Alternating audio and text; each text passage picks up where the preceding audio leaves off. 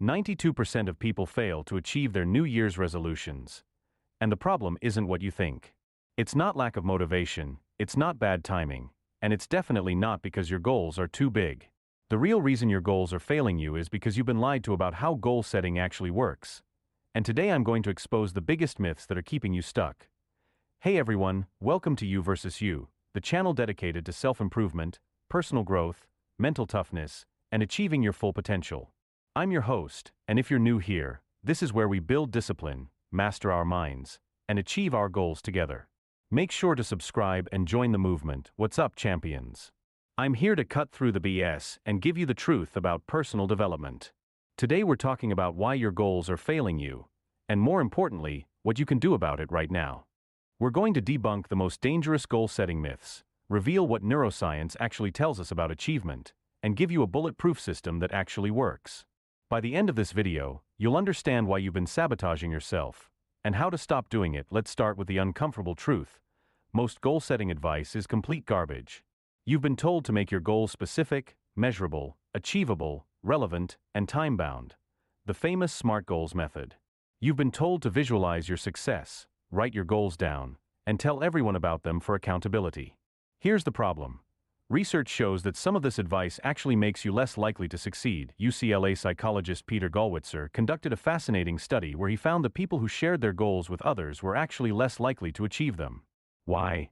Because your brain gets a dopamine hit from the social recognition of announcing your goal, tricking you into feeling like you've already accomplished something when you haven't done any actual work yet.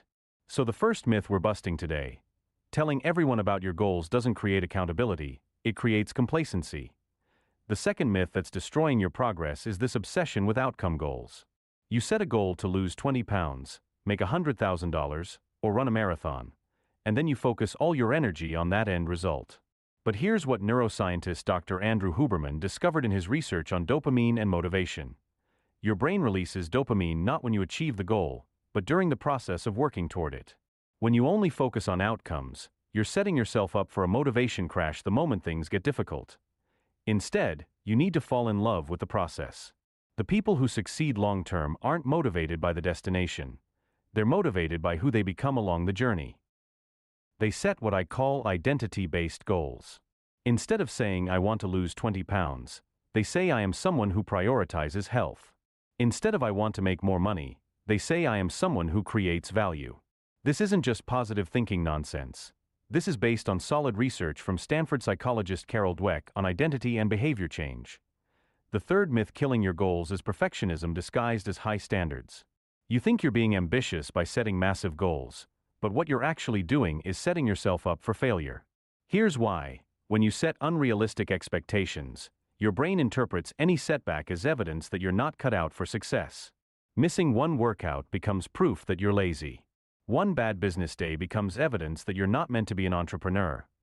The solution isn't to lower your standards. It's to understand how your brain actually works. Neuroscientist Dr. Judson Brewer found that your brain has two primary modes: focused attention and default mode. When you're constantly focused on huge, distant goals, you're fighting against your brain's natural tendency to seek immediate rewards. This creates what psychologists call cognitive load, and it's exhausting. Instead, you need to hack your dopamine system by celebrating small wins. Every time you complete a small step toward your goal, your brain releases dopamine, which reinforces the behavior. This is why people who break their goals down into daily habits are 4 times more likely to succeed than those who focus on the big picture outcome. But here's where most people mess this up. They make their daily actions too complicated. They try to change everything at once. They want to work out for 2 hours, meditate for 30 minutes, read for an hour, and eat perfectly, all starting Monday. This is called the fresh start effect, and while it feels motivating, it's actually a trap. James Clear, author of Atomic Habits, analyzed thousands of behavior change studies and found that the most successful people start with what he calls the 2-minute rule. If you want to read more, commit to reading 1 page. If you want to work out, commit to putting on your gym clothes. The goal isn't to stay at 1 page or just putting on clothes. The goal is to establish the identity of someone who reads, someone who works out. This brings us to the fourth myth, that willpower is enough. You think if you just want it badly enough, you'll find a way. But Stanford psychologist Baumeister proved that willpower is like a muscle. It gets depleted with use. This is why you can resist temptation all day and then binge eat at night. It's why you can stay focused at work but scroll social media for hours when you get home. The people who seem to have endless willpower aren't relying on willpower at all. They're relying on systems. They've designed their environment to make good choices easier and bad choices harder. They don't keep junk food in the house. They lay out their workout clothes the night before. They use apps to block social media during work hours. Environmental design is so powerful that behavioral economist Richard Thaler won a Nobel Prize for proving that small changes in how choices are presented can dramatically change behavior without restricting freedom. This is called choice architecture, and you can use it to architect your own success. Here's the system that actually works.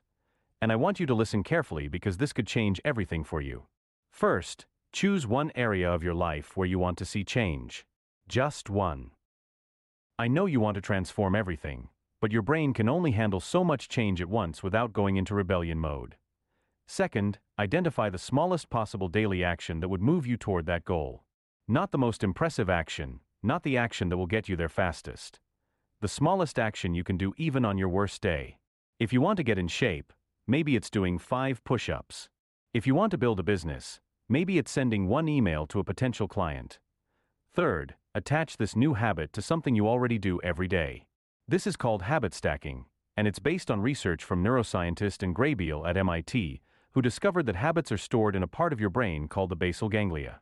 When you link a new behavior to an established routine, you're essentially hijacking your existing neural pathways.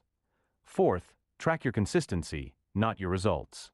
Get a calendar and put an X on every day you complete your small daily action. This isn't about measuring outcomes, it's about building identity. Every X is proof that you're becoming the type of person who follows through on commitments. Fifth, plan for failure. This isn't negative thinking. This is strategic thinking. Research from NYU psychologist Gabrielle Ettingen shows that people who practice what she calls mental contrasting, imagining both success and potential obstacles, are significantly more likely to achieve their goals than those who only visualize success. Ask yourself, what will I do when I don't feel like it? What will I do when life gets in the way? What will I do when I inevitably mess up? Having a plan for these moments is the difference between people who succeed long-term and people who give up at the first sign of difficulty. Now I know what some of you are thinking. This sounds too simple. Where's the intense motivation? Where's the crushing your goals and dominating life? Here's the truth that most motivational content won't tell you. Sustainable change is boring. It's not about massive action and total transformation. It's about tiny improvements compounded over time. The math is incredible when you really think about it. If you improve by just 1% every day for a year, you'll be 37 times better by the end of the year. But if you get 1% worse every day, you'll decline nearly to 0. Small changes don't seem to matter much in the moment, but over time they compound into remarkable results. This approach doesn't work for everyone though, and I want to be honest about that. If you're dealing with serious mental health issues, if you're in a crisis situation, or if you have underlying trauma that's sabotaging your efforts, you might need professional help before these strategies will be effective. There's no shame in getting support. Sometimes the most disciplined thing you can do is ask for help. Also, if you're someone who thrives on intensity and big challenges, you might need to modify this approach. Some people are wired for all-or-nothing thinking, and that's okay. The key is knowing yourself well enough to design a system that works with your personality, not against it. But for most people, the slow and steady approach is not only more effective, it's more sustainable. You're not trying to become a completely different person overnight. You're not trying to maintain unsustainable levels of motivation. You're simply becoming 1% better, one day at a time. The biggest insight from all the research on goal achievement is this: success isn't about having the right goals, it's about becoming the right person. When you focus on identity change instead of outcome change, everything else becomes easier. You don't have to force yourself to work out because you're someone who prioritizes health. You don't have to force yourself to save money because you're someone who values financial security. Remember, this is you versus you. The only person you need to beat is who you were yesterday.